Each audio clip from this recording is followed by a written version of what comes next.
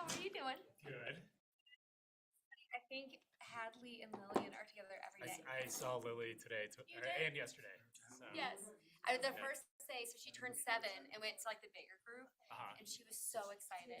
She like came up, she's like, Hadley was there, and we played, and I was like, oh, good. Nice. So Eric teaches Lily soccer. I was supposed to Soccer. give her your number and I forgot. Try to coach. Yeah, I mean they're 7 and 6. Our team was, Yeah. I may give space in the fall and see how everyone does without I had me. a place to Oh, put you that are? thing. I should have bought it. Oh god. No, oh no. Not really. Oh, amazing. This is so you can control Oh, I They're love great it. for So the the 4th of mouse, July. some people like it. Like in PowerPoint, the controls are in that lower left, but they're literally translucent. Like you can't see them. So So just feel free do- to do the arrows. It's a little bit easier. Community But up has to you like guys. probably Okay, yeah. Thank you. 25 bikes. Yeah, our soccer team was, they just like Lily half the time was like hanging, she likes monkey bars. She was just hanging out with the soccer goal. Yeah. You're like, come play. And yeah, They're adorable though. they sure were. They really cared about sparkles Yeah. and the snacks and the tunnel afterwards.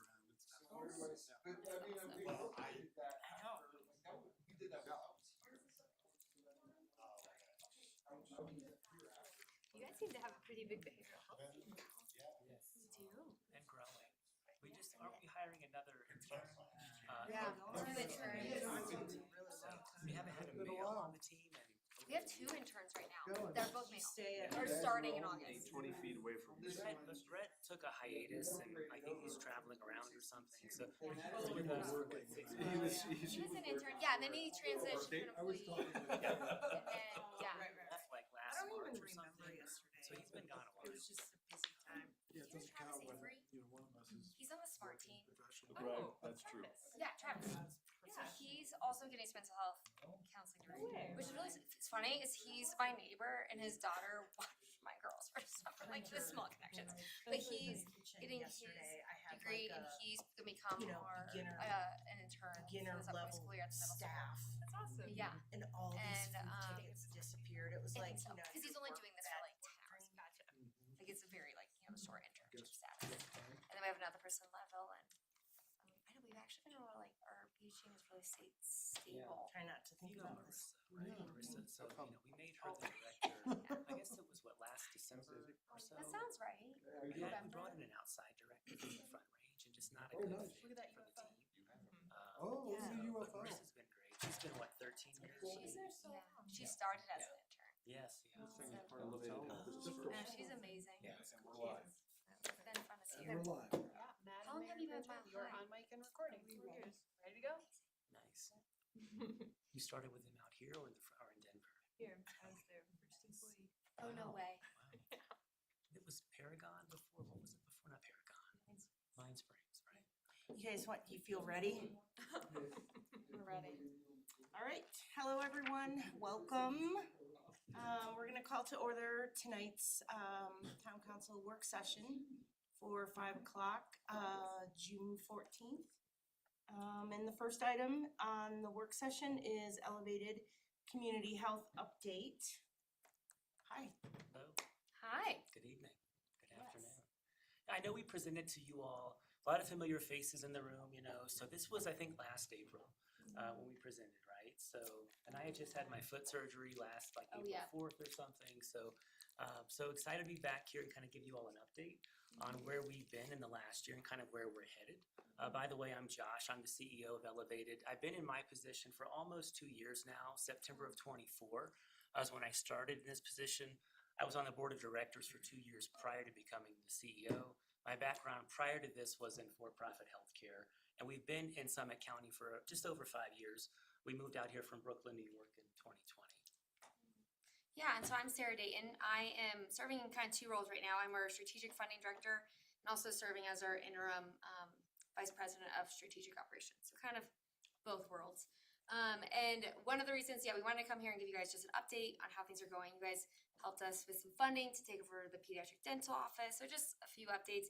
But then also, we were specifically asked to come and give you an update on how we spend the nicotine tax funding, just so you guys can kind of see how and where that money goes and the action it produces. So, yeah, kind of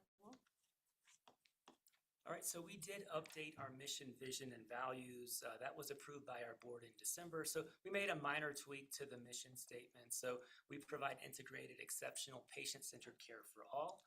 That's our updated mission statement. We've been in the community for over 30 years. You would know us by our prior name, which is still our legal name, Summit Community Care Clinic.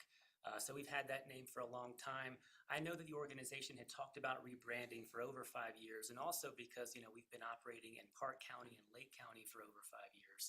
So we did rebrand. That was officially announced publicly March of 2025 at our big annual fundraiser called Soup for the Soul. So we are, our DBA are doing business as is Elevated Community Health. We've been rebranded, with that name for almost just over a year now. So primary care, dental care, behavioral health. We'll talk a little bit more in a few slides about our pediatric practice. We are what's known as a federally qualified health center, an FQHC. We are one of 21 FQHCs in the state. We do have 19 sites in total. As you can see, most of those are school-based health centers. 12 of those are school-based health centers. We have 3 dental offices, one in Summit, one in Lake, and one in Park, 2 behavioral health offices, and then 2 medical offices. Our main location, as you can see there, is right next to the hospital in Frisco in the MOB. And if you all have any questions about what you see on the slide, please just jump in. I think it's always worth calling out as being an FQHC, that essentially means that the federal government recognizes us right here to all, no matter their ability to pay. So we're not an actual federal entity, we are just recognized by them. We do receive a little bit of funding from the federal government, but it is nowhere to covering the true cost. Yeah. So there's a lot more we do, which we'll get into. How stable is that? That's actually pretty stable, Oh, good. shockingly. Yeah. It does not increase with inflation, unfortunately, so it has remained very stable, but it also has not decreased, which is good. Yeah, and there are cuts to Medicaid, if you might have read in the paper. So as part of the big beautiful bill, HR 1, that, was signed into law July 4th of last year in 2025, that does cut Medicaid by about $1 trillion over 10 years. Of course, that could change with a future Congress, a future White House, we're not sure, but right now we are planning for that. As an FQHC, and we'll kind of talk about this too, kind of in that right pie graph, you'll see our payer mix. And so, you can see Medicaid and CHIP make up about 25% of our payer mix. So that is relatively low compared to other FQHCs. There's some FQHCs in the Front Range that might be 60 to 70% Medicaid. So they have much more exposure to these Medicaid cuts that start in January. We don't have as much exposure to that, but we do have a higher uninsured rate. Us and then Mountain Family, which is based in Glenwood Springs, we have 2 of the highest uninsured rates in the state in terms of FQHC. So about 45% of our patients do not have insurance. You'll see that commercial makes up almost 28%. We're seeing that number increase. So commercial insurance is like your United Healthcare, your Cigna, your Aetna. We're seeing that increase with our pediatric practice as we're seeing more kids who have insurance through their parents. Could be CHIP, could be Medicaid, or could be commercial in that sense. So. And then total visits, you can see here, this is about a 10-year look from 2017 through partial year through May of 2026. We did serve more total or, unique patients. That's that 10,451 in the 2025 column. So we're continuing to grow. We did see fewer visits last year, and that's because we went live with a new electronic health record. That's called Epic. Common Spirit uses Epic next door. Vail Health goes live with Epic in October. Epic is really the gold standard in electronic health records. So we did go live with that last June. That did have an impact on our volume as expected, as our providers are learning that system. And so our providers are using Epic in medical and in behavioral health. Any questions on that slide with the data? You can see kind of the service mix as well with primary care, dental, and behavioral health. Dental edged out primary care last year. Dental kept their same electronic dental record, or EDR, which is Dentrix. So there wasn't any kind of impact with that. So, but primary care and BH did pull back a bit because of that new, electronic health record. The self-pay and the sliding fee, those are both uninsured. So the sliding fee is essentially people who qualify and choose to enroll in our sliding fee scale program that provides, if you're at our tier 1, primary care visits are $20. But not everyone either qualifies for that, which we'll kind of get into in a moment. And but so kind of those 2 categories there together equals our uninsured. So you can see it's almost half of the pie. Do you guys have demographic information on kind of, okay. Yeah, we have about I think it's at like 40-ish% are what identify as like Hispanic, Latino. We have a large percentage of under 18 Yeah. because of our school-based health centers. Like I think that is actually, it's been a long time since I've looked at it, but In it's a terms large, of the like footprint? of 0 to 18 patients. Oh, yeah. I can't think of the number. It's a offhand. very It's large probably percentage. 30% or so. Yeah. We're serving a disproportionate share of the population that are under 18 here. We don't do a great job at capturing patients who are 65 and above. And I think part of that is the perception that we're the free clinic, and so patients who have insurance don't want to come to see us, but everybody should come see us. I'm a patient, I have insurance, so we're happy to bill your insurance if you have insurance. But that is the perception. And is the 0 to 18 based on, is it totally because you're in the schools, or is it lack of providers out there Mm.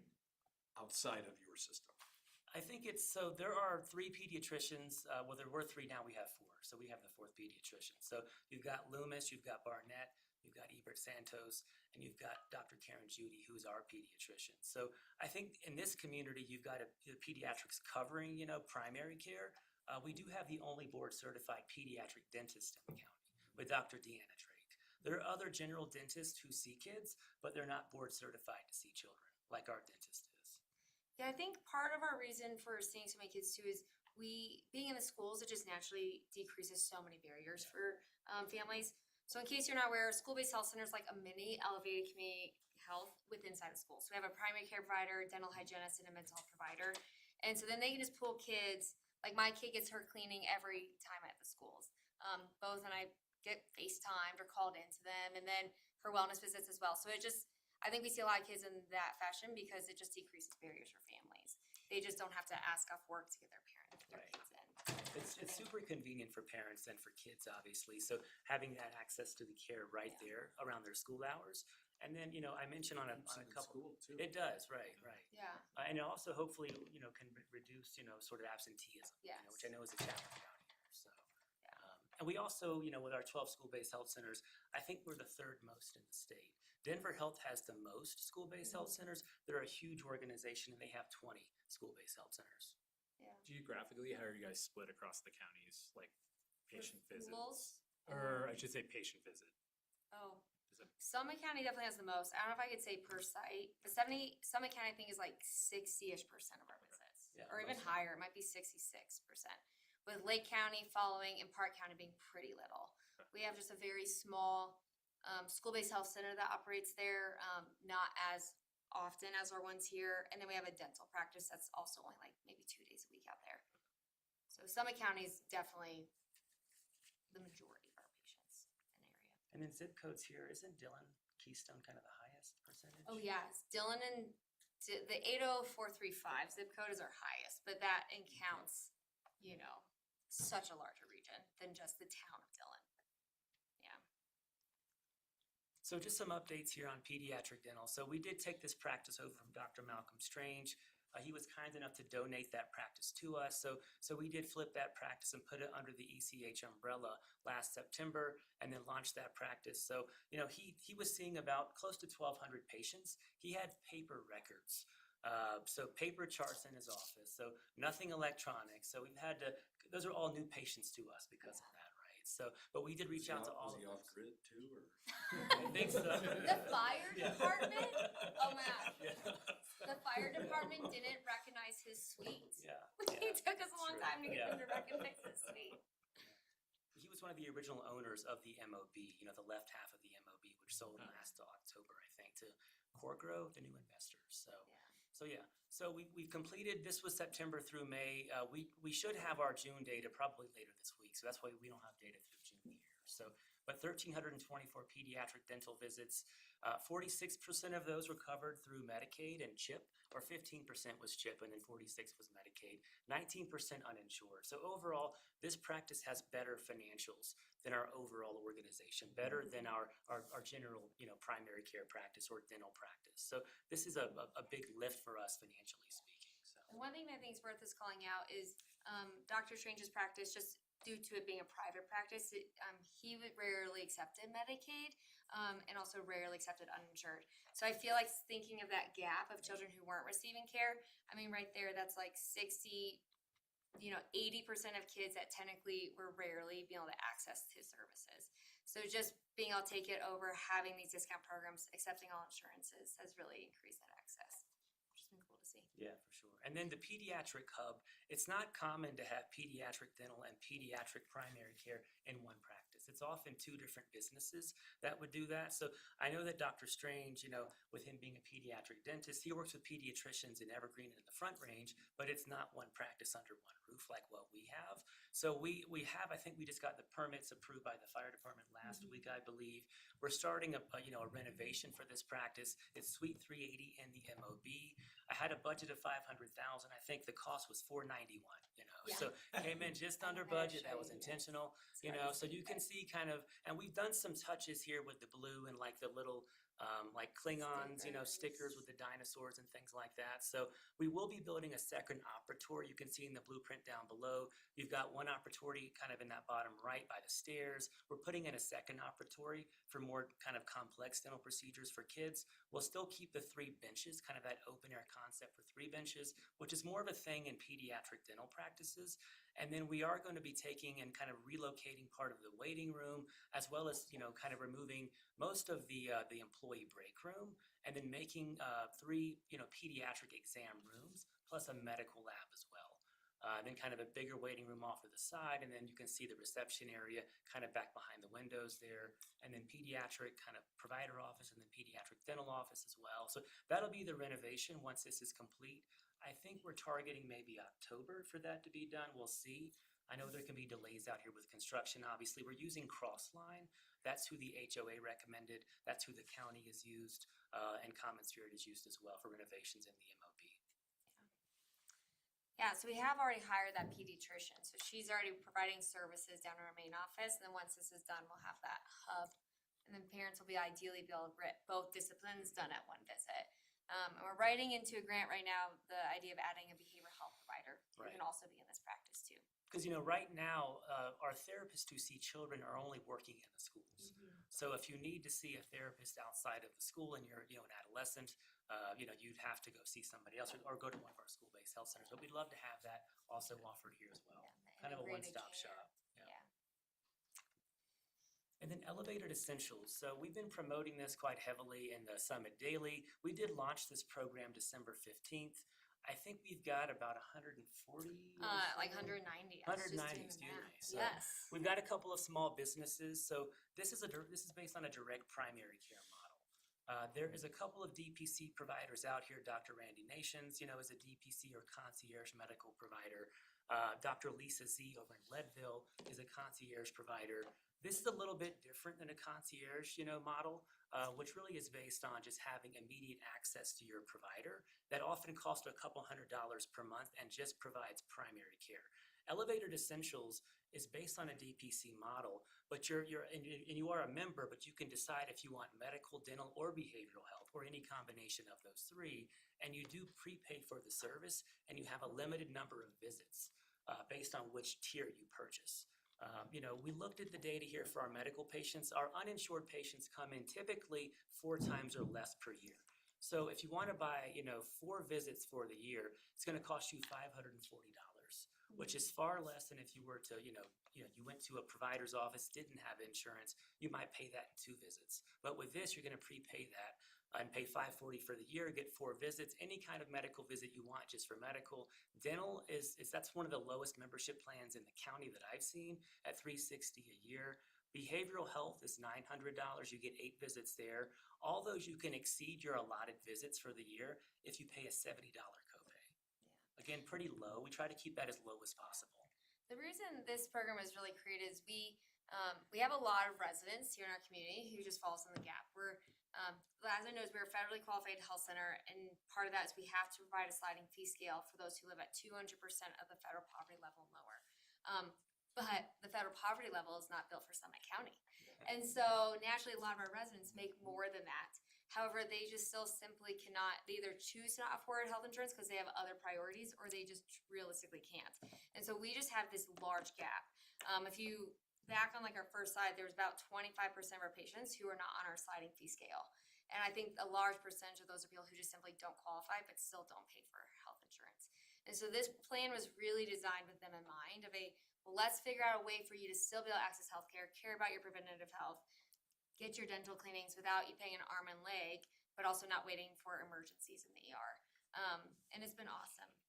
A lot of people have really been signing up So for it. most of this growth here has been with individuals purchasing Yeah. this, or maybe a small family, but we also have a few businesses signed up for this. So Early Childhood Options is one of the businesses signed up for this. Team Summit has signed up for this. We're talking with a few other businesses as well about this because, they often can't afford to buy insurance, for their employees. So this could be an option for them. It's not insurance, but it does provide access to all these services.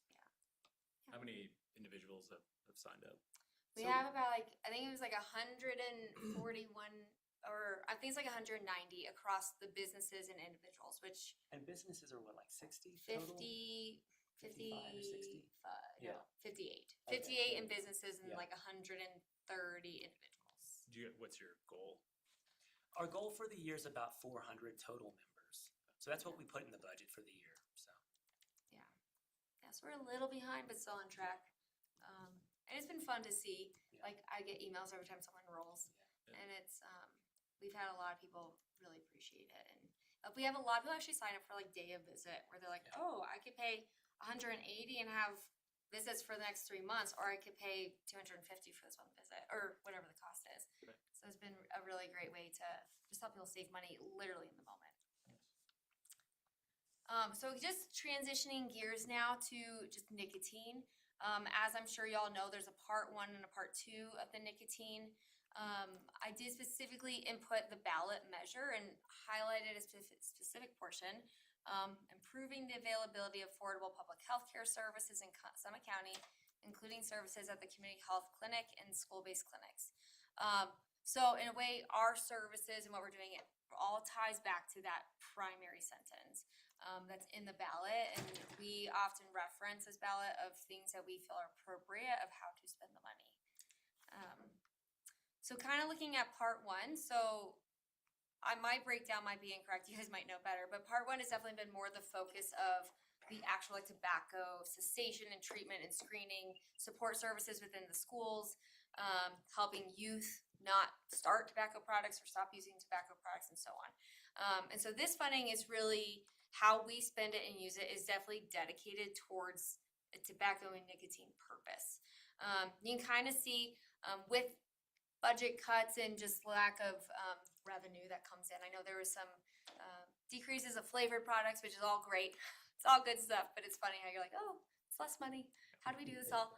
There's 2 sides, but it all makes sense. So you can kind of see we have been seeing kind of a steep decline in our part 1 funding throughout since 2024. We did learn 2027 that we actually are getting 8,000 back, which is exciting. This is a little bit. But really, so this money for our part 1, again, is supporting tobacco use screening for patients. We screen every patient for, do you use tobacco or nicotine products? And then we also just work with them on if they're interested in quitting. We have an integrated behavioral health provider in our primary care office who can provide this kind of behavioral health services and more the behavioral health services that relate to tobacco use and substance use. And then we also have community resource coordinators who can connect people to resources and just guide them through the process. And our medical providers are very heavily involved in coaching and teaching and encouraging people to reduce as well as quit. Any reduction is positive. So that's really what our part 1 is funding. It does also support us a little bit in our eligibility determinant, making sure our patients can access our care card, which is that sliding fee scale, and just making sure that accessing our services is never a reason someone doesn't seek treatment for their tobacco use. Any questions about part 1 or how we use it? I feel like this is most straightforward one. All right. So then hopping to part 2. Part 2 for us has been more looked at as the purpose of our organization, of ensuring that we can always provide care to all no matter their ability to pay. So a little less tangible, but also extraordinarily necessary. And so you can kind of look, so really where this money supports us is covering the cost of those like unreimbursed care or the cost of visits that we're not actually asking the patient to cover that full cost. As you can imagine, in a primary care visit, we have front desk staff, we have a medical assistant, we have a medical provider, we have nurses. We also then have a billing team who does billing. We have, all these other administrative costs. So when you look at a total cost per visit for patient, it's around $402. But when someone's on our sliding fee scale, we're charging them between 20 and 60, depending on their income level. And so that is a large difference. And so that's really where the funding from Part 2 is supporting us. It's helping us essentially cover that balance. And making sure that we don't need to raise those costs for our sliding fee scale and making sure it's always affordable. Just quickly breaking it down, we have almost 2,200 patients who utilize our care card. And so then if you then look at the $250,000 we get from the Part 2, and that amount has stayed consistent since it started, I believe, from my knowledge.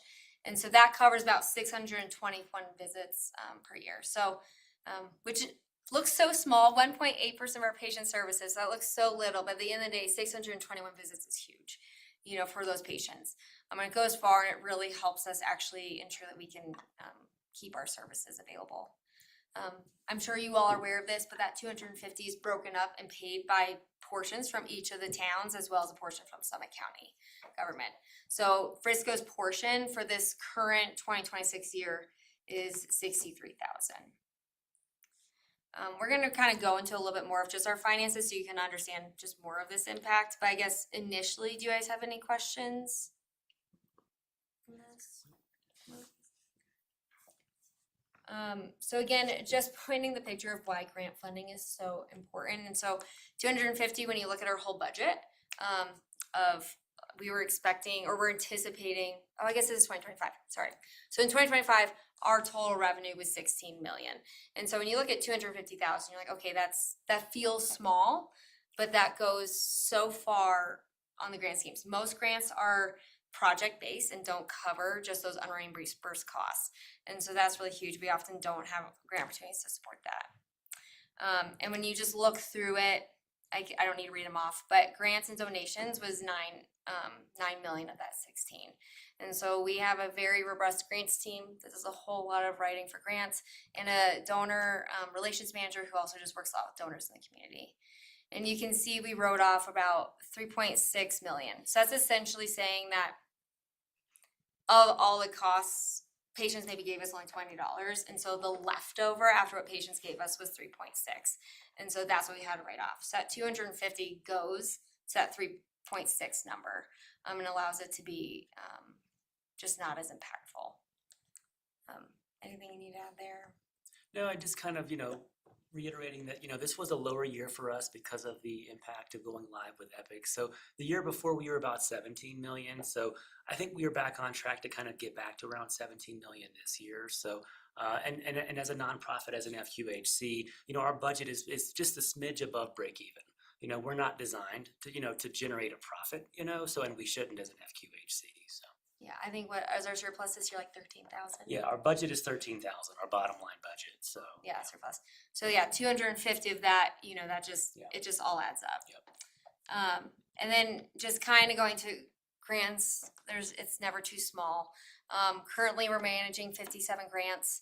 And we've submitted 78 applications in 2025. And we've already seen a $230,000 cut from current grant programs. And so all the little amounts add up. And so unfortunately there's, as you guys know, I'm sure the state has been in a budget crisis. And so there's been some of our grants, like that senior dental program, that grant literally covers the cost of dental procedures for our older adults who are low income. Like seniors can come to us and get a set of dentures for $80 because of that grant program. And it's huge, and it was cut from 4 million to 2. And so our grant was cut drastically. So that just dramatically impacts the amount of patients we're gonna be able to help through that. Yeah, so really long story short, the 250,000, I know that it's always a variable thing, and I know we can't always rely on it, but it has been huge for us and is something that we just encourage you guys all keep doing that. It's been very helpful for us. It helps us stay alive. I don't know if we need to Yeah, We can kinda skip touched that. on that. Just an overview, upcoming financial challenges, Medicaid, as Josh already mentioned, and ongoing grant reductions. Because so many people are experiencing reductions, there's a whole lot more competition in grant applications. We actually were just awarded a grant that they only awarded 9, and I think 190 wrote for it. So one, we're really proud that we were one of the 9 that got it, but still, it just shows the competitiveness that's out there. And also, this is when we've been hearing there's a lot of fear from patients that just healthcare organizations could be giving out their immigration information to law enforcement. So we've actually seen a slight decline in our Spanish-speaking patients, and we're just doing some intentional marketing and talking to Mountain Dreamers and having signs around, just making sure people know that we legally cannot share their information, and we don't collect immigration information anyways to share. But that's kind of been an interesting challenge that we've recently encountered that we're navigating. Yeah, we heard that through our patient advisory council. Yeah. So they were there, they shared the feedback in the Spanish speaking, version. So, and I think they referenced Sheriff Fitzsimmons kind of coming out on social media saying that they don't report stuff to ICE, and neither do we. But that was just the concern they had in the community, that we were reporting stuff to ICE, but we don't share anything with ICE. Yeah. We've already gone over a whole lot of this stuff, so I don't know if we really need to be going into it, but there's a lot that we're doing behind the scenes to improve or decrease the impacts of financial shifts that are happening in our world, and just ensuring that our patients are aware of all those great services. Hopefully all patients who see us don't feel like they're encountering barriers of accessing our care or paying bills or all of that. And we didn't have a slide about work-based health centers, but we did launch our first work-based health yeah. center at Copper Mountain Resort at the Edge Workforce Housing. Yeah. That launched officially last December, where we had a therapist on site in the Edge 1 to 2 days a week. So we worked with Kelly and Graham, on setting that up. We'd love to see that expand, so we've had some, a couple of conversations with folks at different, Vail Resorts, communities out here. And then I met with Mike Dudick from BGV about trying to get something up there. He said they don't have the space, but I would love to see us put something up there. They've got, I think it's the biggest employer in the county, or one of the biggest. I think they've got 700 or so employees, even more once the Imperial opens, so, but I would just love to see that access, that immediate access to care, so. For employees. Yeah. But yeah, we did run that work-based health center at Copper from December through, I guess, about April. Like Obviously, the ski season. yeah, not a good ski season, as we all know. So, but we'll try and launch that again maybe this November, depending on how things look. So, Yeah, and then just to wrap up is just thank you. You guys have always consistently have supported us and always been someone that we could go to and specifically ask.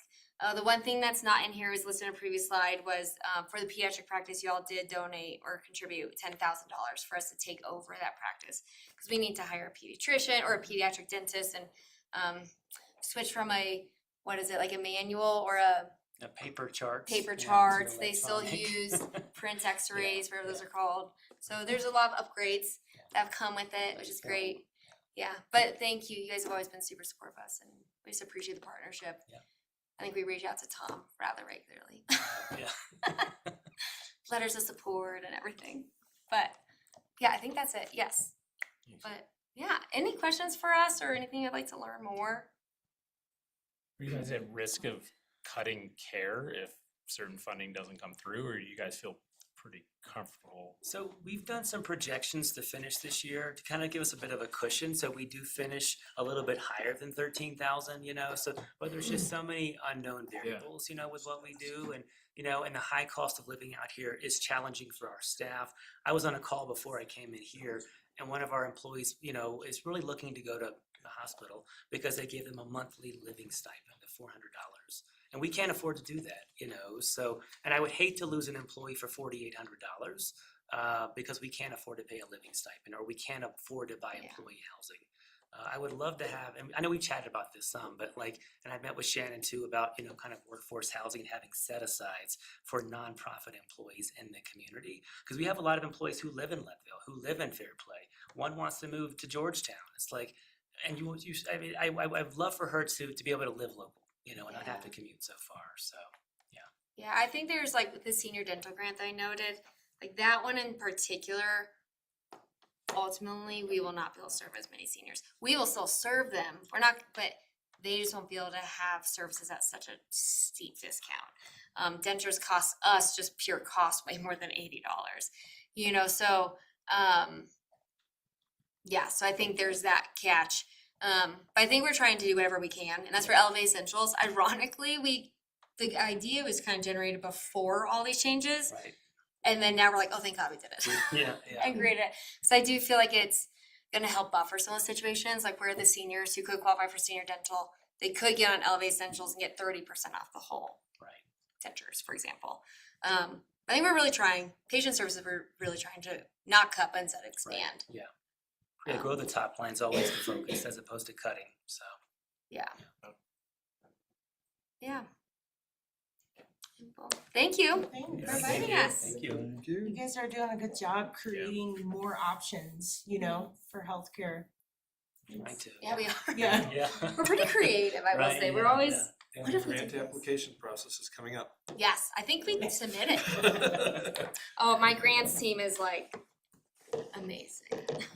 They're the best. Thanks, everybody. Thank you. Yeah, thanks. Okay. You guys ready for agenda item number 2? Oh, man. Our 2025 This is the fine print. Yeah. It's a good news story. fiscal Sure. year audit. I think I just set up presentation. Dan ready? Oh, we got Dylan. Dan's ready. Dan's ready. Dan, you look kind of fancy today. Do you look Yeah, you look nice. Paul, can we do The a quick haircut? check with you, please? Can you hear us? I can hear you guys great. All right, thank you very much. I appreciate that. We have a new system tonight, so we're just making sure. I think if somebody can just make me a presenter for a little bit so I can share my screen, we'll be Yeah, good. absolutely. I'm gonna do it right now, but Dylan has asked that he will be presenting his slide deck first, so just a heads up, but you'll see it come through here in a sec. Sounds great.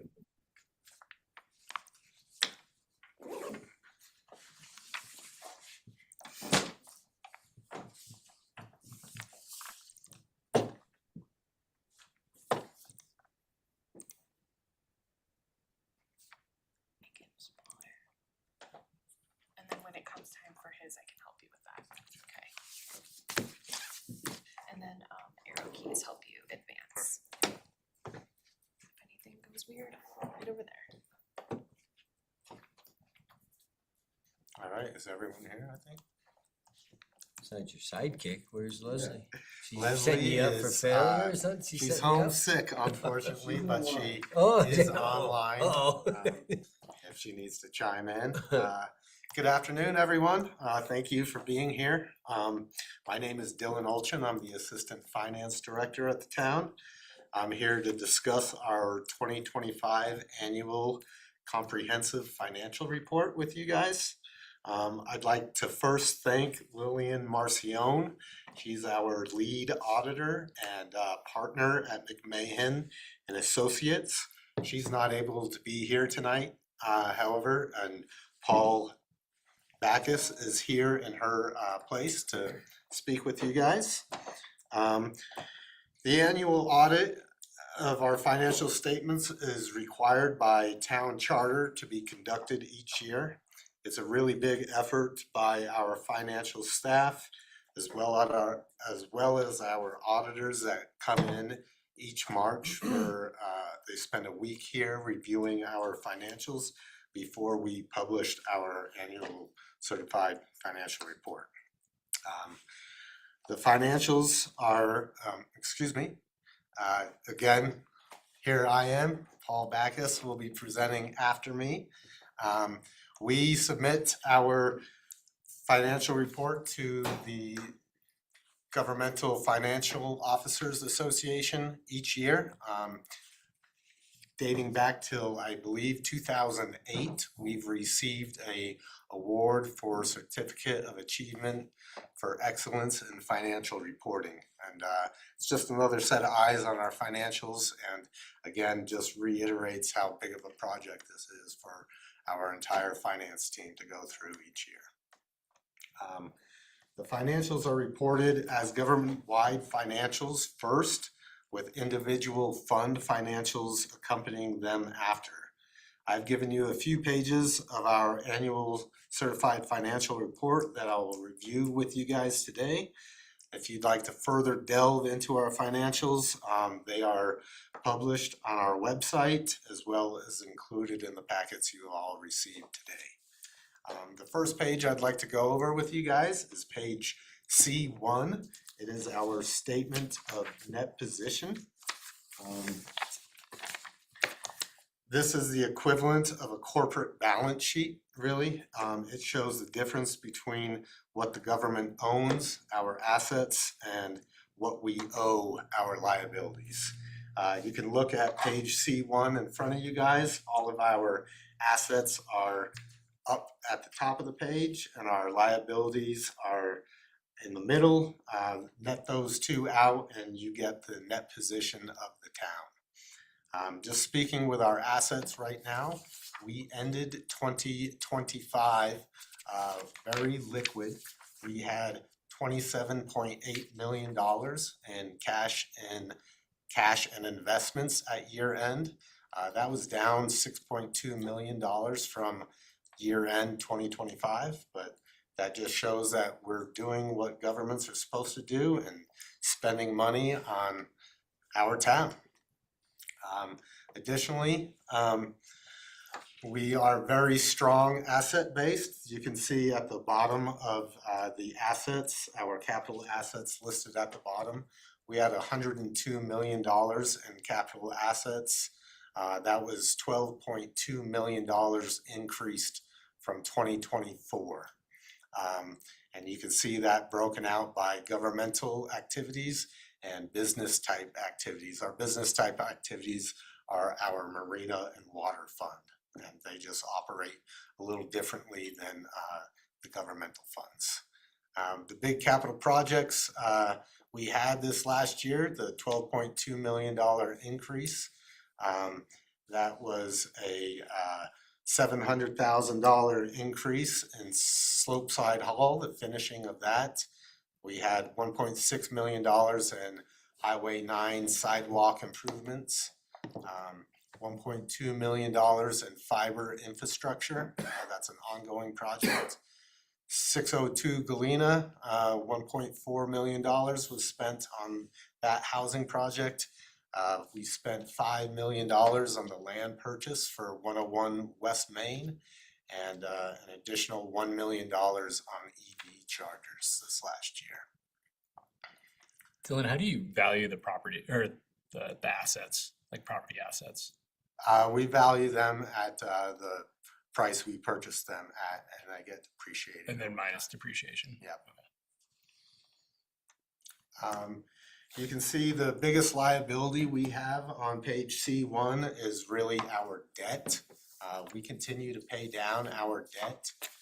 We have $14 million of debt currently maturing through 2048. That's the marina improvements, the Granite Park housing, the energy savings contract, First and Main building, and the Frisco Adventure Park debt. The good news is First and Main is paid off in 2031 and the Frisco Adventure Park is paid off in 2030. Moving on to page C2, this is our statement of activities.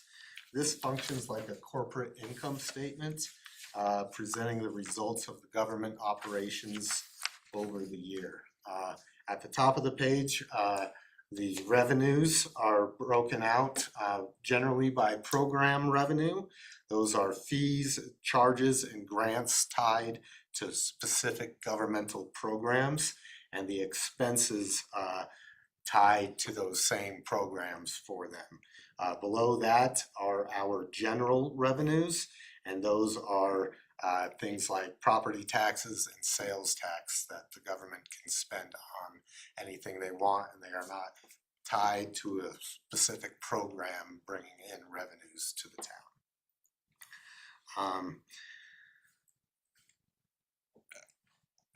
our growth in net position, we had positive results from all activities with an $8.4 million increase in our net position in 2025.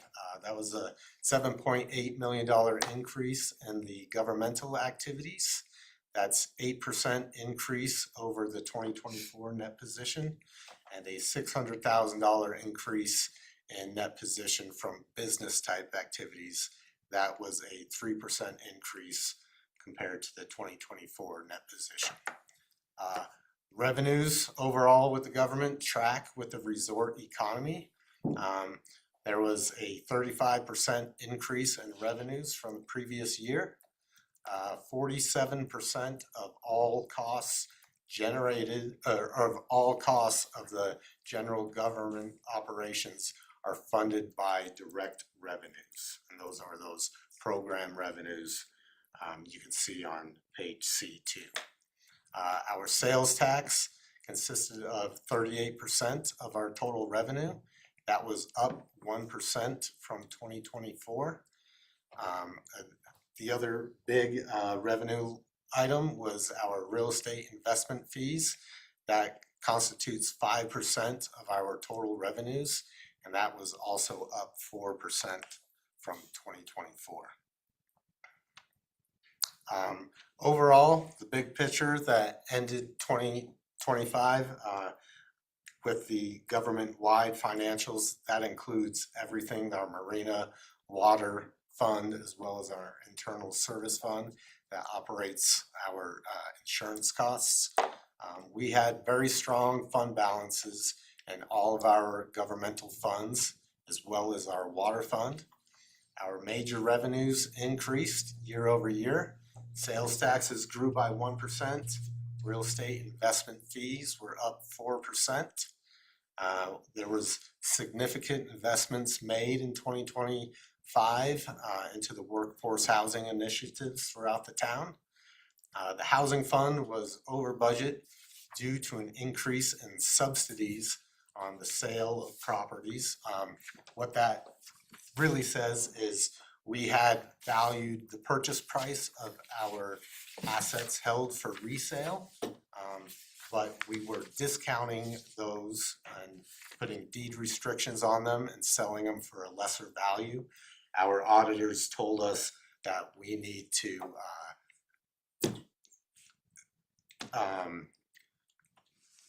record those at market value, not the purchase value. So the difference between what we bought it for and what we're selling it, that subsidy, we had to charge as a cost to the housing department. And that was the only reason we were over budget in the housing department, just for that minor accounting adjustment we needed to make. The Marina Fund was over budget this last year due to shortage of user fees and salaries. All other funds were within their approved budgets in 2025. In the packet today, you guys did receive an auditor letter from McMahon and Associates, and that just reiterates our accounting practices, which are very conservative, consistent, and compliant. That's the same thing they are year over year, and we try to keep it that way. Moving on from the governmental-wide financial statements, we have our fund statements. These are reports that track the short-term inflows and outflows of the government's core services. These are divided up into governmental funds and proprietary funds. You can see in the governmental funds, we have three different major funds: the general fund, capital improvement fund, and the housing fund.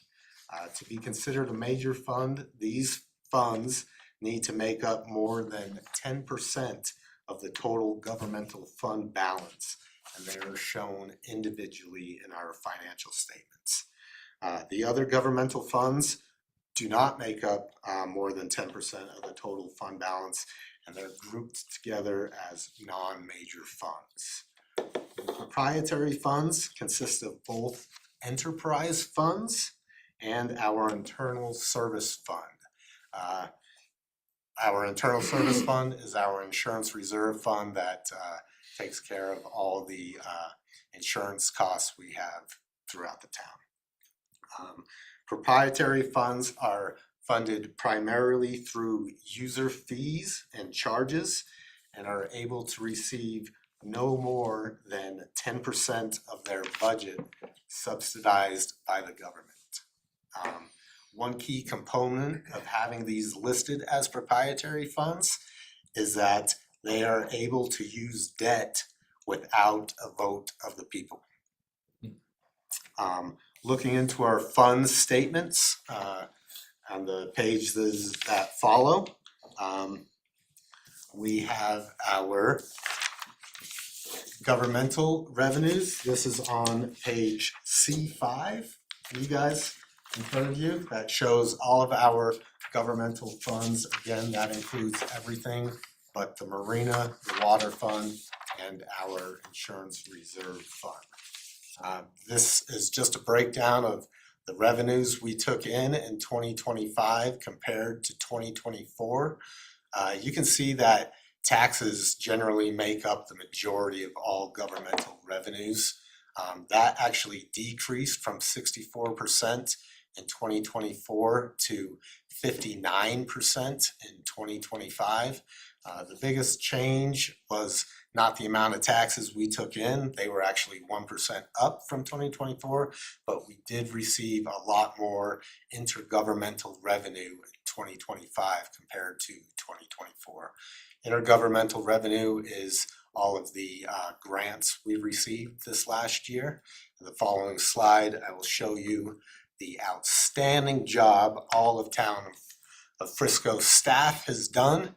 This is a list of all the grants we took in 2025, totaling almost $7.4 million. And that is a huge amount of money for a small town such as ours. So whenever you see staff or you know staff that has been working on any grant applications, tell them good job and thank them for all the hard work of the revenue they're bringing into the town. It equals for us. about $7 million of reporting that we have to do. I'm joking. Yeah. Paying a tax on it? The reporting Well, more than a that few much years ago, that's for grant sure. activity is a heavy burden. Nice work. And the finance department does a great job helping with that. But we tried to spread it out as much as possible, but it gets difficult. Are most of these reimbursable grants? They're all just, reimbursable. Some are match grants and some are just money given to us by the federal government. One of them, the big one, was the land banking grant that we got for housing. That's what we put 101 West Main project on. Looking at the governmental expenditures compared to 2024, they are all relatively in line with the previous year. The one change, the biggest change on here was that Public Works went up 2% of our total pie compared to 2024, and that was a lot of building repair and maintenance that we had delayed in past years that we caught up on in 2025. So we spent a little bit more in the Public Works Department, and that's just why the capital outlay looks a little lower than previous years. But capital outlay is where we spend the majority of all of our money on projects that you guys all decide upon. Okay, going into our specific fund financials, we're gonna first look at the general fund. That's pages E1 and E2 in front of you guys. Pages E1 are all of the revenues we took in the governmental, the general fund, and E2 are all of our expenses. Revenue exceeded expectations by $1.2 million this last year. That was a 6% of the final budget overage that we took in. Sales tax revenue was actually $200,000 lower than we had originally budgeted, but again, that was 1% up from 2024. The Frisco Adventure Park this last year was up 8% from 2024. That was a huge amount of money and they're doing a great job out there. The expenditures were $1.1 million less than anticipated. A lot of that was saved in the Public Works Department. Although we did a lot of building repair and maintenance, we did not do some bridge repairs. We saved in professional services, and there was curb and road resurfacing savings in 2025. That was made up that $1.1 million less of expenditures in the general fund. That's being done this year. That will get done this year and the following year and the following year. All that money, although we didn't spend it, has been earmarked and we will spend it. Doesn't mean the work doesn't goes Yeah. away. We did end the year with a $14.6 million fund balance in the general fund. The general fund includes a 7-month reserve set by town council. That 7-month reserve is the total expenses on the year divided up into months, which correlates to about $12 million in 2026. So the leftover fund balance always gets transferred to our capital improvements fund for projects that you guys all decide upon. Next is our housing fund. That is on page E3. The housing fund came in $2 million higher than budget, or 24% higher than budget. That was all related to the grant revenue that we took in for housing this last year, and we made substantial improvements in all of the housing projects throughout the town. That will continue to do so in the future when we have the money to do so with. Expenditures came in $200,000 above budget. That was again due to that increase in housing subsidies, taking the cost of lowering those purchases and resales, taking that subsidized amount and accounting for it. That was the reason why we're over in expenditures. We had an ending fund balance in the housing fund of $5.8 million. How are the funds invested? They are invested in mainly local investment pools operated by big companies. They take all of the money from various municipalities and special districts throughout the state, and that way they're able to invest it in whatever they are allowed to invest it in. But pooling all that money together allows us to be very liquid. If we were to invest in CDs or corporate bonds, those have time limits on them and we can't pool those funds without being dinged. But these big local government investment pools, they pool all those funds, billions of dollars. So when we want our money, it is liquid Cool. for us. And it's state law and a state agency actually regulates them. Okay. So we're not just allowed to invest in anything. And in future meetings, we actually have a work session lined up to talk about that specific subject. Particular, yeah. Thank you. We're actually supposed to brief you on it every year, but we just discovered that in the chapters. Well, when money gets tight, people start looking at what's going on a little bit more. Dan was saying he has some interesting investment opportunities. he Some wants to bring up, innovative so, investment schemes to. The other major fund in our governmental funds is our capital improvement fund. This is primarily funded by real estate investment fees and the transfer from the general fund in excess of that 7-month reserve every year. The good news is we took in $700,000 more revenue than we had budgeted, a 32% increase. Real estate investment fees were $200,000 higher than budgeted and up 4% from 2024. And if my memory serves me correctly, I believe 2025 was the highest real estate investment fee amount we've taken in since I've been here. I think I remember that 2026 is tracking. 2026 is tracking. I didn't want to Yeah, spill yeah, the we don't beans wanna- yet, but next year, hopefully I can say 2026 was our highest real estate investment collections. Grants were also $500,000 higher than budgeted. Expenditures were $2.7 million below budget, or a 26% budget savings. We had lower capital expenditures as a result of project timing mainly. All the funds in the capital improvement fund will be spent on projects you guys have all discussed, and future projects, being we had a $2.7 million savings, isn't necessarily great because that is going to be spent this year or in the upcoming years as well.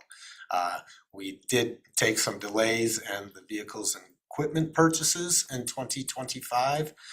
We had savings in our energy improvements, and the fiber infrastructure came in below budget. But again, that's an ongoing project and those funds will be spent. We ended the year with a $2.5 million fund balance in the capital improvement fund. All right, next we're going to dive into our proprietary funds, that is our water fund and marina fund. Again, these operate by user fees and are not funded by the government other than a 10% subsidy that they are allowed.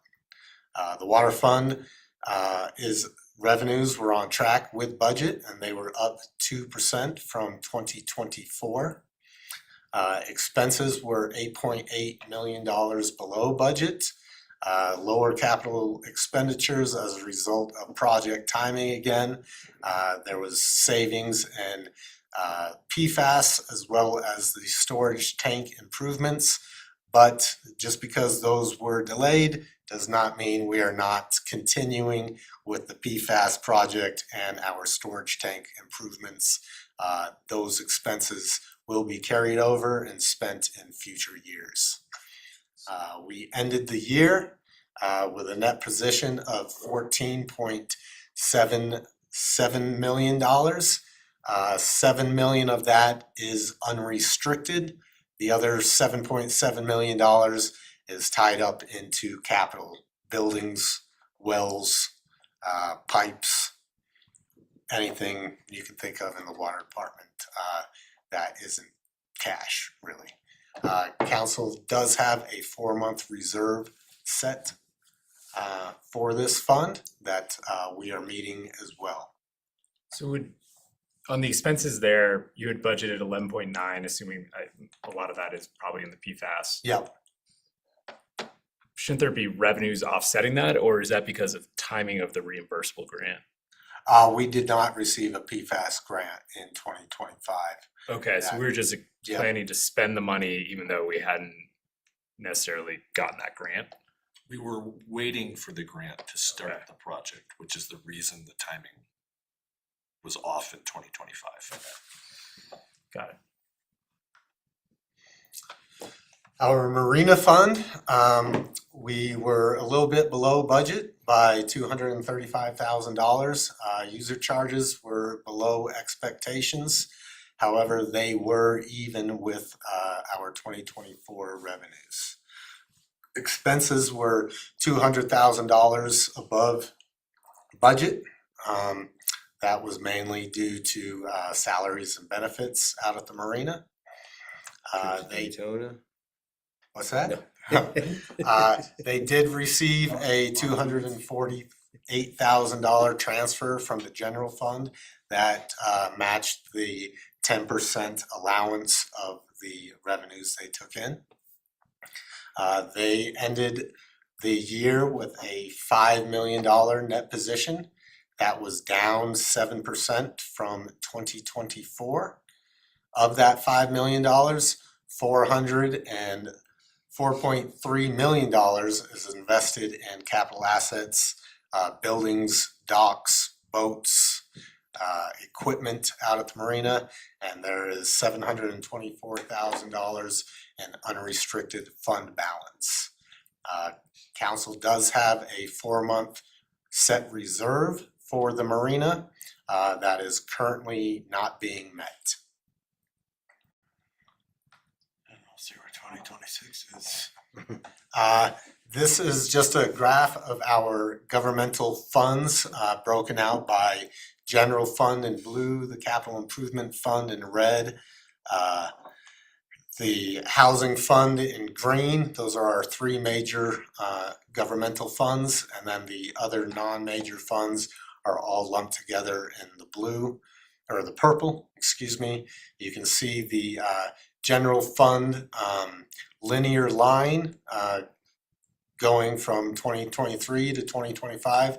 It is slowly increasing each year.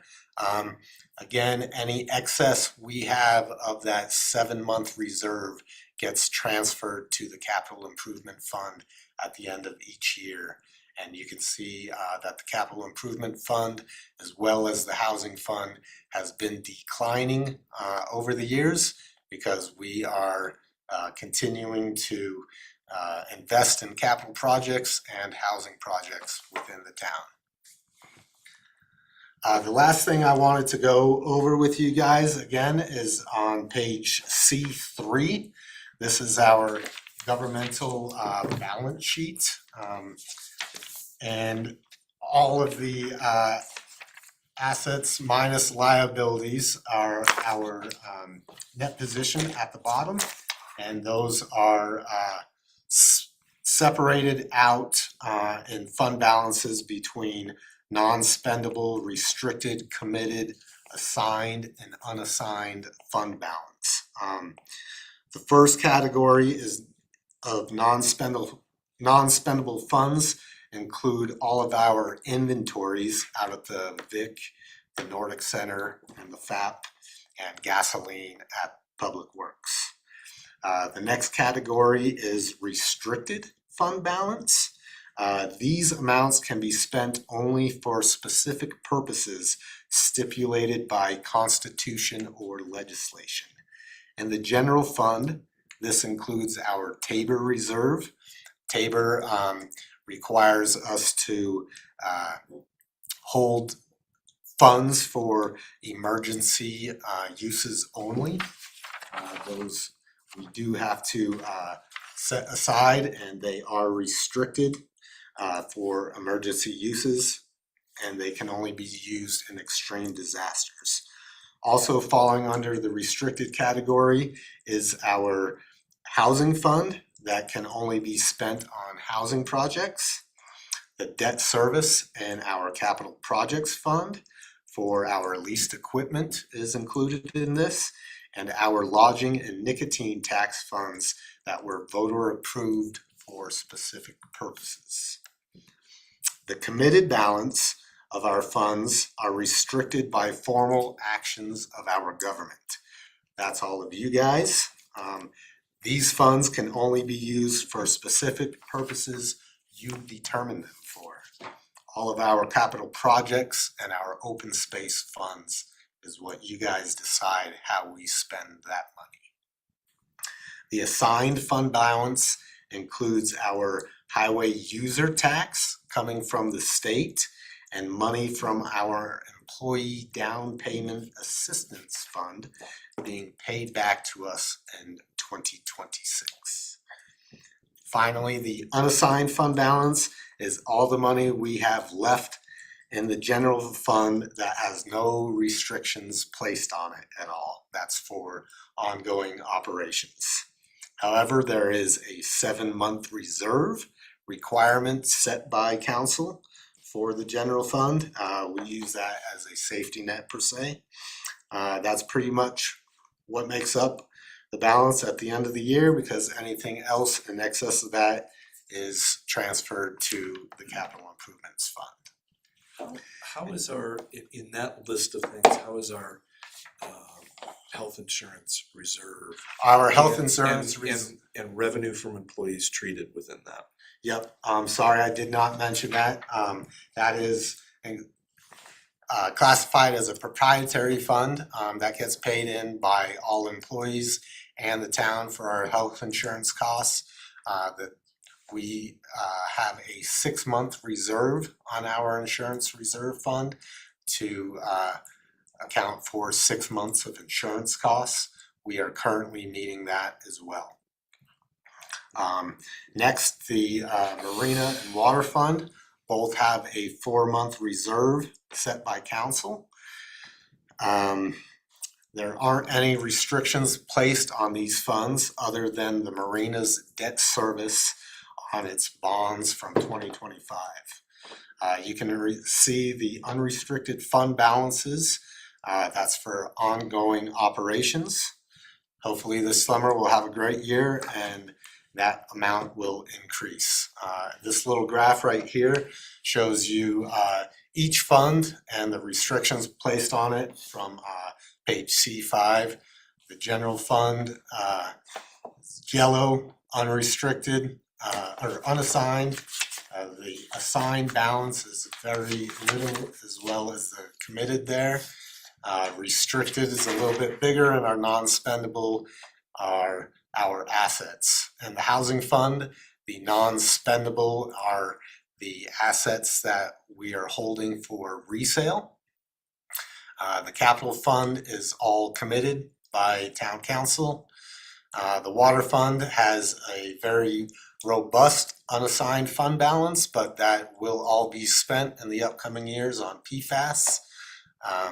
The non-spendable portion of that fund is all tied up in the water plant, pipelines, and wells we have. The Marina Fund has a smaller unassigned fund balance, and you can see that that white dot is where our reserve requirements are. The 4-month reserve, it is currently not being met in the Marina Fund, and it is being met in the Internal Service Fund, which does account for all of our insurance costs.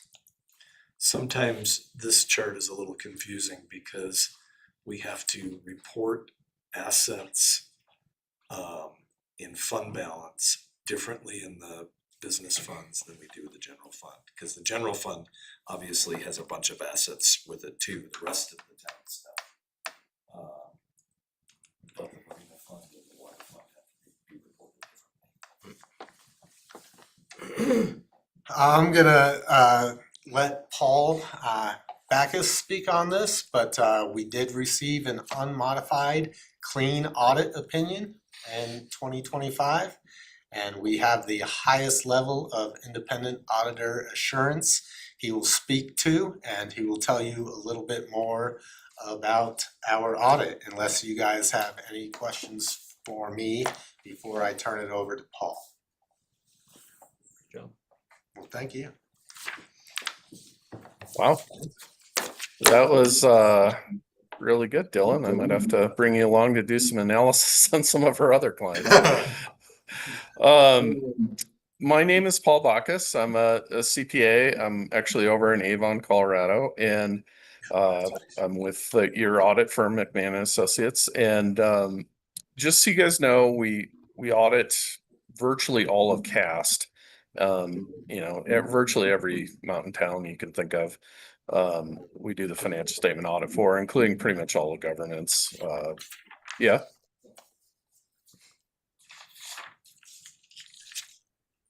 And that's really, sorry, this is really weird. I'm getting my own voice back like a minute later. But sorry, are you guys hearing me okay? We can hear you Yeah, we just can. fine. Okay. Anyway, so we audit all of CAST, and over in Avon, we have an office in Denver and an office in Avon, and it's great to be here tonight. Mostly I just want to walk you through the financial statement process so you kind of understand where those numbers come from. This is actually your audit work that was done, and I'll just briefly walk through it. You'll get a feeling, you don't have to necessarily be able to read all of it, but you have planning, fieldwork, and reporting. And the planning stage, each of these is kind of a different step. We're primarily going through, and your team uploads a lot of data.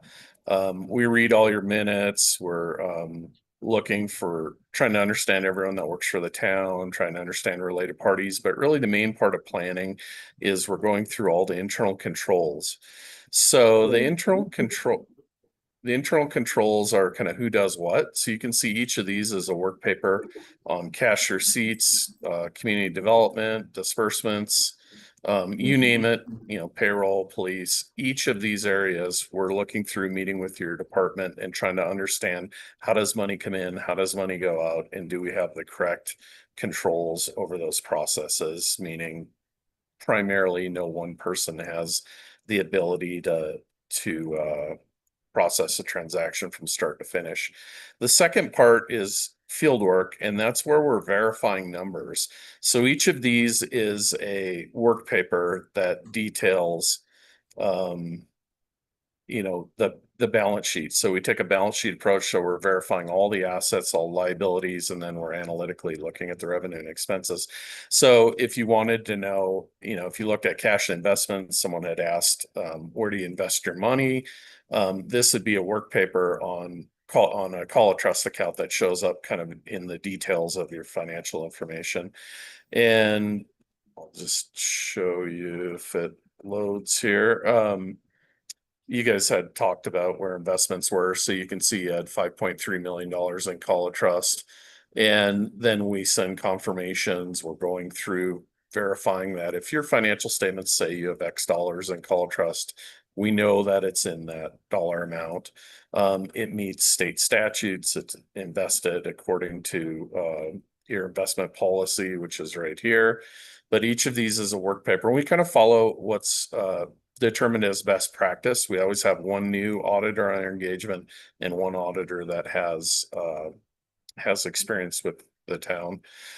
We do the same thing with your receivables. Each of these is a receivable work paper. We want to make sure money that is owed to the town, it gets deposited timely, it gets coded correctly. Same with your proprietary funds, other capital assets, other assets like long-term receivables or promissory notes or inventory, things like that. We're verifying each of those capital assets. We want to make sure when you purchase an asset or construct one, it's added to the town's asset list. It's coded to the correct fund. It's covered by insurance, things like that. Accounts payable, we're going through, is the town, all the payments going out properly related to town business? Is it coded to the correct account? Is it paid timely? We don't like to see interest, late fees, things like that. Payroll, this is all your payroll policies that town council approves. We want to make sure everyone's being paid according to your policies. Are you reporting it correctly to all the parties that need it? IRS, Colorado Department of Revenue, things like that. Various other current liabilities, debt. When you issue debt, you saw Dylan go through a little bit of your debt, but when that happens, there's various promises that are made. So we're going through making sure all that debt is handled appropriately, trying to make sure we keep up our good credit rating. Go through all your equity. That was kind of your committed, restricted information that Dylan did. We take another pass through expenses, look at your insurance, and then you have various ballot questions and IGAs that we want to double check. Go through Colorado statutes for governments. But the goal of all that is to produce audited financial statements. So kind of what happens in the background, you can see we scanned in, your team provided the majority of these. Some of them we get directly from banks and other sources, but 444 different work papers that were scanned up, looked at in the back. And all that is geared towards producing audited financial information that can be relied on. And it's nice that your team prepared that financials summary, because you have 120-page report. And the reason it's 120-page is really because this isn't just for council. This goes to the SEC, to all your bondholders. It goes to your banking relationships, your insurance relationships, the federal government for federal grants, state government for state grants. So that's kind of why it's long, and it has each one of those parties has a different section. But as Dylan mentioned, it's covered by an independent auditor's report, which is referred to as a clean audit opinion, and means to all those parties that look at it that they can rely on it. It also comes with a board letter. This is certain items that we have to communicate to governing boards. It's no new accounting policies were adopted this year. There'll be some new ones next year, but everything's pretty consistent. What are the estimates? Sometimes we have some hard to estimate items, like an environmental liability or a legal liability. You guys have pretty standard estimates. There's nothing in here that strikes me as unusual at all. Probably the biggest one is we take the Fire and Police Pension Association numbers and have to apply some math to them to do calculations on pension assets and liabilities. No difficulties in counterperforming with the audit. I'm not an auditor, or I'm an auditor and I don't really say anything nice about people, but our staff loves working with your team. And that's because things are clean, done timely, we're not extending the audit, things like that. This is probably the most important thing that you'll see in our report. It's, did we have a lot of audit adjustments to fix your financial statements? And the answer is no. We did not have material audit adjustments. That means that the information you're getting as council is correct, and you don't have to wait until we, change it all and make sure it's correct.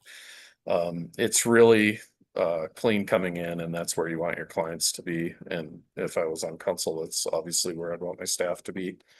No disagreements with management. Your staff does sign audit representation letter. We just have to inform you of that. It's kind of, I call it, I didn't lie, cheat, or steal letter. Means that they've been honest with us and forthright. And the only thing that I would bring to your attention is there is actually a fairly substantial change in what the audit report will look like next year. We've set it aside time for all of our clients. I mean, we have several hundred governments we audit, and we've set aside specific time for Frisco, and we're going to get kind of that process started in August. But we are aware of it, and the state auditor told me she was sending out a letter to all the governments, and so we just want you guys to know we're aware of it, and we're on top of it. So that's either maybe a quick or a painfully long review, but I'd be happy to answer any questions you have. Good.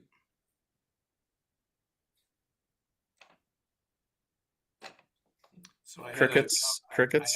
Yeah. I had a council member in my last job that would always ask, "Are we going to jail?" You are not going to jail. And you laugh at, I don't say that lightly. We audit virtually all the DA's offices, and we have 2 or 3 fraud cases every year, but we have 445 different work papers that we scanned in, and we're comfortable and confident with the numbers, and that's where you want to be. So no, you're not going to jail. And I wouldn't have asked the question if I didn't know the answer. Thank you, Paul. Thanks. All right. Thank you, guys. Take care. Thanks, Dylan. You bet. My pleasure. The audit's my favorite part of the year. Yeah. But now we're Done. The beginning or the end? Yeah. I like just like the when I'm in the All audit. right, cool. Yeah. When I'm in the That's it for audit. the job. Because it wouldn't be for me. Have a great night. Thanks, Dylan. Thanks, Dylan. You guys wanna take a break, dinner, and come back at 7 for the regular meeting? Perfect. I guess that's not a Sounds question, good. is it? That's what we're Yeah. doing. Say no. Yeah.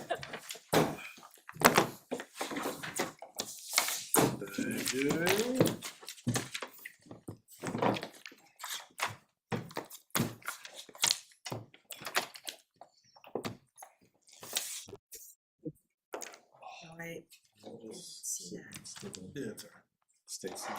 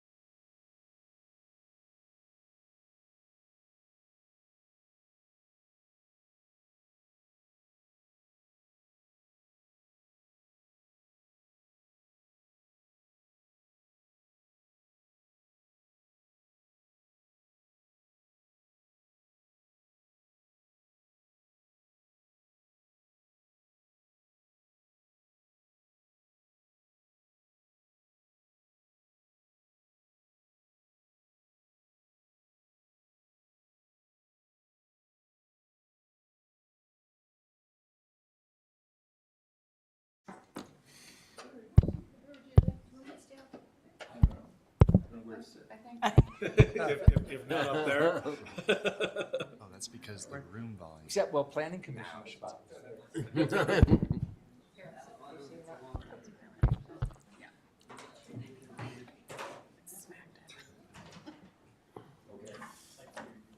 All right, it's 7:02. Welcome, everyone. I hereby call to order the regular meeting of Frisco Town Council. Can I get a roll call, please? Held. Here. Scriptech Adrian, Here. Hirsch, Here. Goldstein, Here. Kibbe. Here. And just noting that Mayor Inken and Councilmember Allen are absent. And then just a heads up, we do have Nick Klein sitting in this evening as counsel. Normally you guys are used to having Town Attorney Thad Renew, but he is out. So just a heads up, if I could get a mic check from you, please, Nick. Mic check. Thank you, Stacy. This evening, we have two special items before we conduct our regular business. The first will be a proclamation that Sorry. a proclamation that Councilmember Goldstein will read into record in its entirety. Proclamation 26-02, designation of July as Park and Recreation Month in the town of Frisco, Colorado. Whereas Parks and Recreation is an integral part of communities throughout this country, including Frisco, Colorado, and whereas Parks and Recreation promotes health and wellness, improving the physical and mental health of people who live near parks. And whereas Parks and Recreation promotes time spent in nature, which positively impacts mental health by increasing cognitive performance and well-being and alleviating illnesses such as depression, attention deficit disorders, and Alzheimer's. And whereas Parks and Recreation encourages physical activities by providing space for popular sports, hiking trails, swimming pools, and many other activities designed to promote active lifestyles. And whereas Parks and Recreation is a leading provider of healthy meals, nutrition, services, and education. And whereas Parks and Recreation programming and education activities such as out-of-school time programming, youth sports, and environmental education are critical to childhood development. And whereas Parks and Recreation increases a community's economic prosperity through increased property values, expansion of the local tax base, increased tourism, the attraction and retention of businesses, and crime reduction. And whereas Parks and Recreation is fundamental to the environmental well-being of our community. And whereas Parks and Recreation is essential and adaptable infrastructure that makes our communities resilient in the face of natural disasters and climate change. And whereas our parks and natural recreation areas ensure the ecological beauty of our community and provide a place for children and adults to connect with nature and recreate outdoors. And whereas the U.S. House of Representatives has designated July as Parks and Recreation Month. And whereas Frisco, Colorado recognizes the benefits derived from parks and recreation resources. Now therefore be it resolved by Frisco Town Council that July is recognized as Parks and Recreation Month in the town of Frisco, Colorado. Thanks, Robin. Here, here. Okay, we move into something really cool. We now recognize the Honorable Judge Ronald Carlson for his 30 years of service as municipal court judge for the town of Frisco. I have a few words that have been prepared by staff and a token of the town's appreciation. Ready? Today we gather to celebrate an extraordinary milestone. As of July 1st, we recognize 30 years of dedicated service to Honorable Judge Ronald Carlson, whose commitment to justice, fairness, and public service has shaped our municipal court and community in countless ways. 3 decades on the bench is more than a measure of time. It is a measure of impact. Through recessions, a pandemic, severe weather, experiencing deep personal loss, and tenures of several town managers, Judge Carlson has proven to be a steady hand. In moments of uncertainty or conflict, he offered a calm voice. His thoughtful decision-making served the community well while shouldering sometimes difficult responsibility in his public service. Municipal court work often goes unnoticed by most without headlines or fanfare, yet it touches the lives of everyday people who live in and visit the Frisco community. Judge Carlson has carried his responsibility with integrity, care, compassion, and unwavering respect for the rule of law. Through these 30 years, Judge Carlson has seen the Frisco community evolve significantly and has met each new challenge with adaptability and wisdom. Whether guiding individuals through the legal system for the first time, partnering with community programs, or ensuring that every person who entered the courtroom was treated with dignity, Judge Carlson has upheld the highest ideals of public service. Beyond the bench, Judge Carlson has been a husband, father, business partner, mentor, collaborator, and a trusted voice for fairness. His influence extends far beyond the cases heard. It lives in the people he encouraged, the staff they supported, and the standards he set. Today, we honor not just the longevity of Judge Carlson's service, but the quality of that service. Judge Carlson, thank you for 30 years of professionalism throughout with thoughtful leadership and the profound dedication to improving the lives of others in and around the Frisco community. Frisco is better, stronger, and more compassionate because of your work. We have a small gift to present to you, but all in attendance, please join me in celebrating Judge Carlson and this outstanding achievement. Thank you.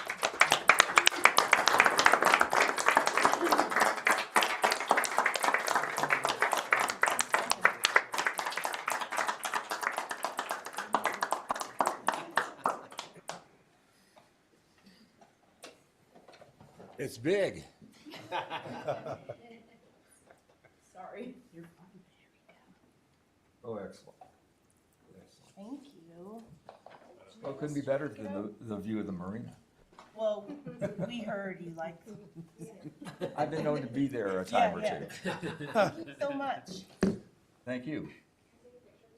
Oh, Polly's got it, Stacy.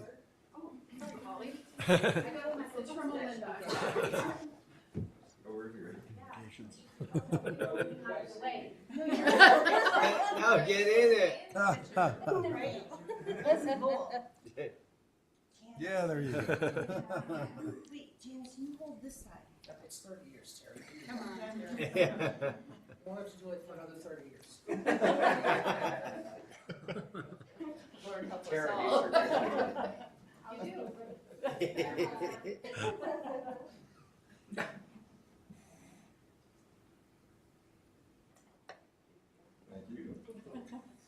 Now, this is a historic picture. Notice the water in the lake.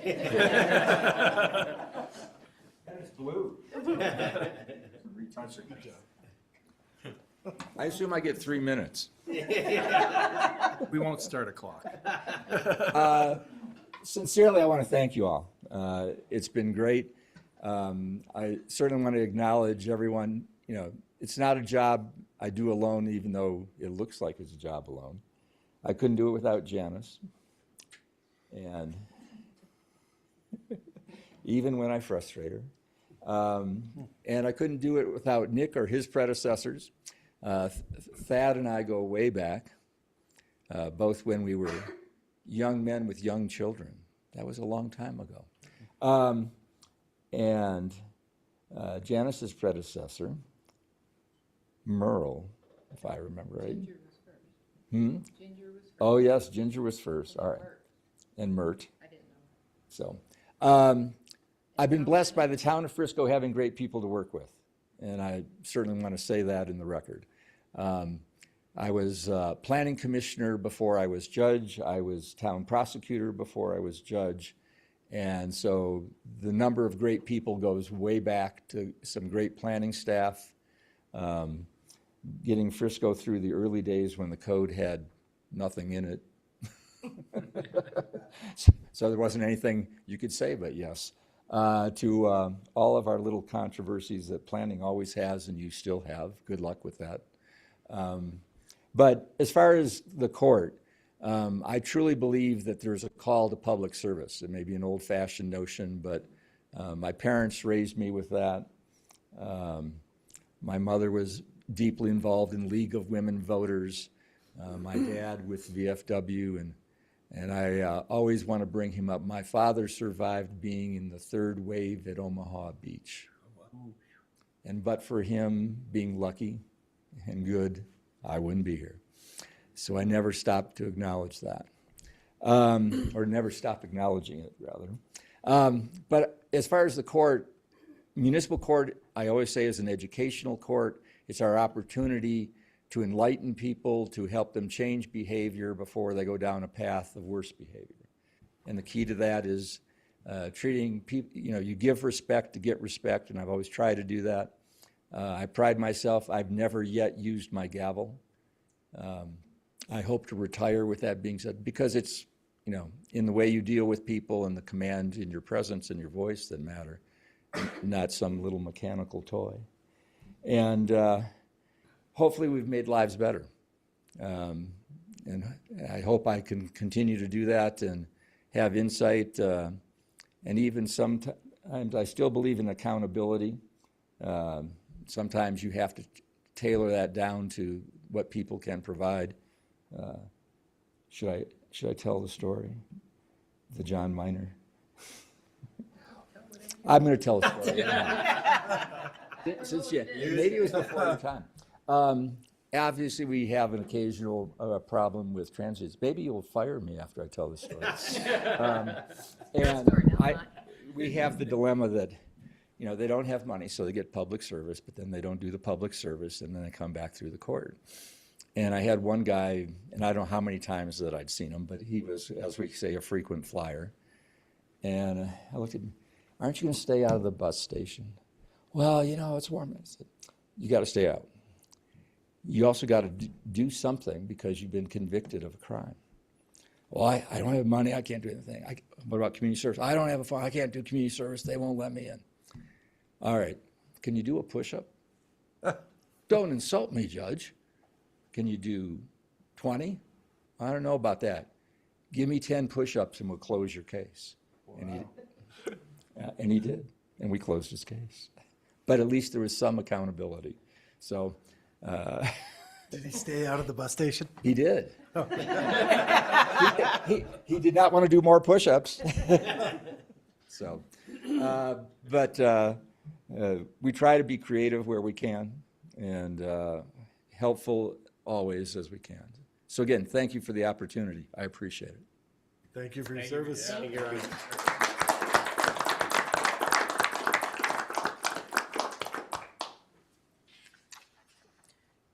Okay, I guess we'll move on. And thank you.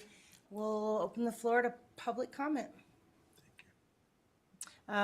Public comment time is reserved for items that do not have a public hearing later on the agenda. If you plan to comment on an item that appears later on tonight's agenda, please wait until that item is announced and the public comment is requested at that time. State your name and address for the record, be topic specific, limit comments to 3 minutes or less.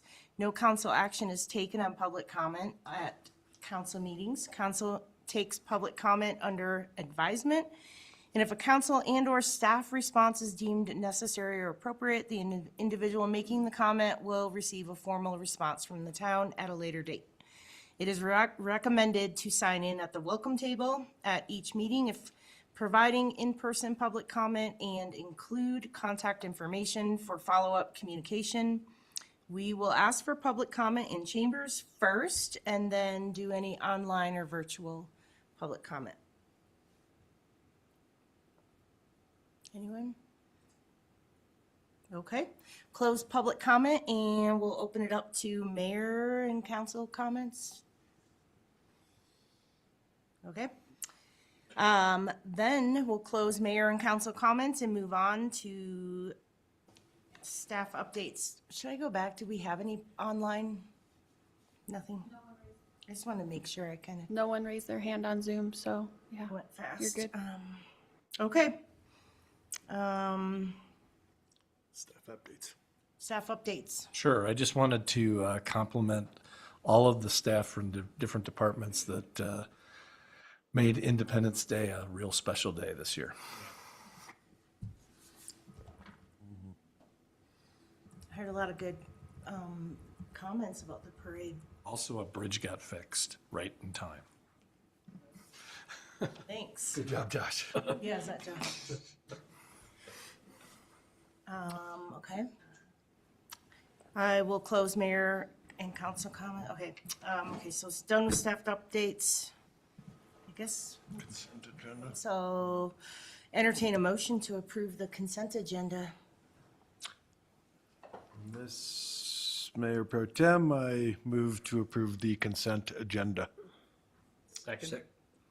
Okay, First and second. call the question, please. Okay. Goldstein, Yes. Held, Yes. Hirsch, Yes. Scriptech Adrian, Yes. Inken is absent, Allen is absent, and Kibbe. Yes. All right, consent agenda passes. We have no new business in this evening's regular meeting agenda. So we're gonna move straight into old business, with the first item being agenda number 1, consideration and possible approval of a second reading for ordinance 26-12, an ordinance approving an addendum to the ground lease agreement between the town of Frisco and West Main Apartments LLLP for for property located at 101 West Main Street for the purposes of an affordable housing development. I will open the public hearing and turn it over to staff. All right, thank you, everyone. As described, this is the second reading for the ground lease amendment. This was requested by Chaffa in regards to the $5 million grant that we received to purchase the property. So if you have any questions, please let me know. Questions? Thanks. I guess I'll open up for public comment.